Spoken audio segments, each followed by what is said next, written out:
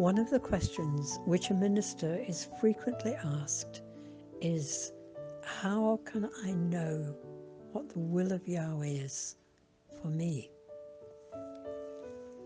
George Muller, who was a righteous man of great faith, lived and served in the early 1800s, wrote this. It's simply entitled, How I Ascertain the Will of Yahweh. I seek at the beginning to get my heart into such a state that it has no will of its own in regard to a given matter. 9/10 of the trouble with people is right here.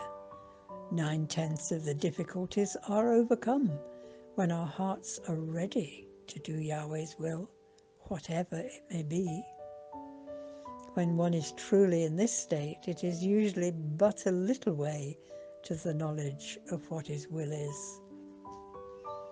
Having surrendered my own will, I do not leave the result to feeling or simply impressions.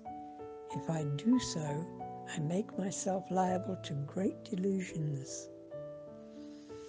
I seek the will of the Spirit of Yahweh through or in connection with the Word of Yahweh.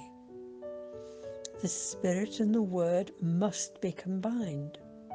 If the Holy Spirit guides us at all, He will do it according to the Scriptures and never contrary to them.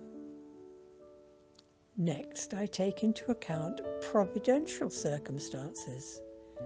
These often plainly indicate Yahweh's will in connection with His Word and Spirit.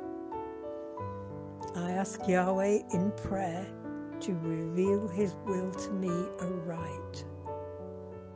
Thus, through prayer to Yahweh, the study of His Word and reflection, I come to a deliberate judgment. And if my mind is thus at peace and continues so after 2 or 3 more petitions, I proceed accordingly.